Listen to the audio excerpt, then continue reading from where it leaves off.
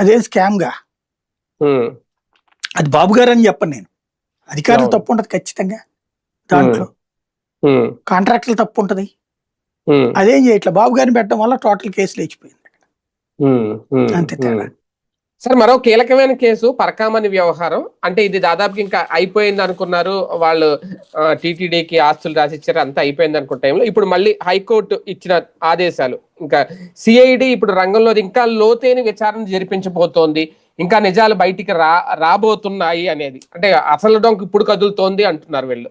Already అయిపోయిందా, ఇంకా కొత్త నిజాలు ఏమన్నా బయటకు వస్తాయి, ఏం జరగబోతోంది?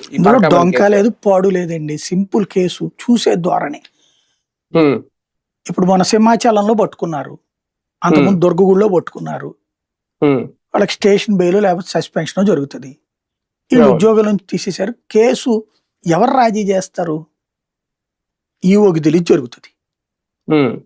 ఈఓ ఉద్దేశం రాంగా రైటా, ఎతికలా అనెతికలా, యాక్సెప్టబుల్ నాట్ యాక్సెప్టబుల్. చట్ట ప్రకారం అయితే యాక్సెప్టబుల్, లోక్ అదాలత్ అనేది అది కూడా జడ్జిలే కదా. అదే సందర్భంలో దొంగతనాలకి లోక్ అదాలత్ ఒప్పుకోవచ్చా? మొట్టమొదటిసారి జరిగింది దొంగతనం విషయంలో లోక్ అదాలత్ లో సెటిల్మెంట్ చేసుకోవడం. అయితే దొంగతనం కేసులో రికవరీ చేస్తే, అంటే మన దొంగ సొత్తు వరకు రికవరీ చేస్తే వేరు, కానీ ఆస్తులు కూడా స్వాధీనం చేసుకోవడం అనేది ఎక్కువే. నేను మొదటి నుంచి చెప్పినట్టు పరకామణిలో నువ్వు చూసే దృక్పథాన్ని బట్టి ఉంటది.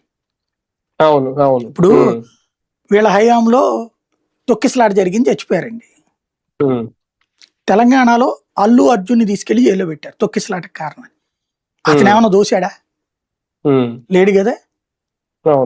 అతను ఆ సినిమాకి వెళ్ళాలనుకోవడం వల్ల జరిగిపోయింది.